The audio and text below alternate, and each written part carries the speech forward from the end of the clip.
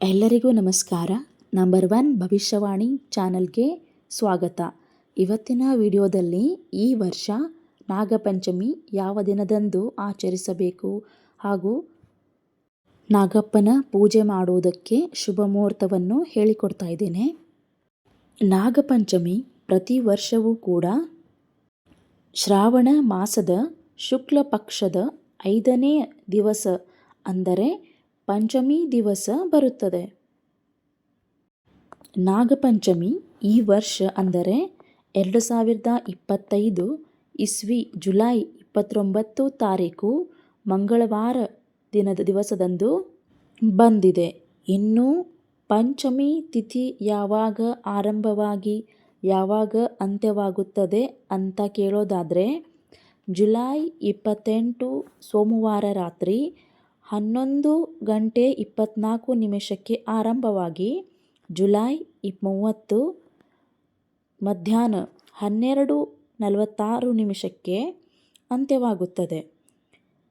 ಪಂಚಮಿ ಹೆಚ್ಚಿನ ತಿಥಿ 29 ತಾರೀಕಿನಂದು ಇದೆ ಹಾಗೂ ಸೂರ್ಯ ಉದಯ ಆಗುವಂತಹ ತಿಥಿ ಇವತ್ತಿನ ದಿವಸದಂದೇ ಬಂದಿದೆ.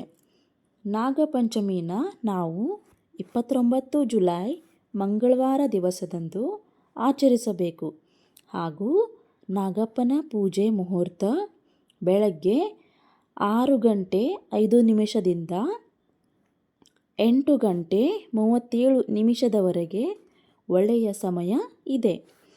ಒಳ್ಳೆಯ ಶುಭ ಮುಹೂರ್ತ ಇದೆ.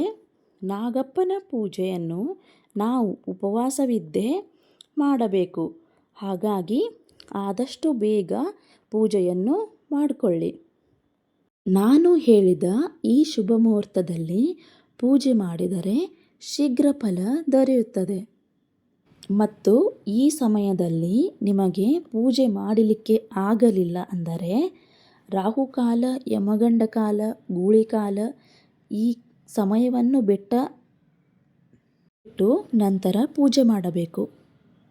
ನೋಡಿದ್ರಲ್ಲ ವೀಕ್ಷಕರೇ, ನಾಗಪಂಚಮಿ ಯಾವ ದಿವಸ ಬಂದಿದೆ, ಹೇಗೆ ಆಚರಿಸಬೇಕು, ಯಾವ ಸಮಯದಂದು ಆಚರಿಸಬೇಕು, ಇದೆಲ್ಲ ಮಾಹಿತಿಯನ್ನು ನಾನು ಹೇಳಿಕೊಟ್ಟಿದ್ದೇನೆ.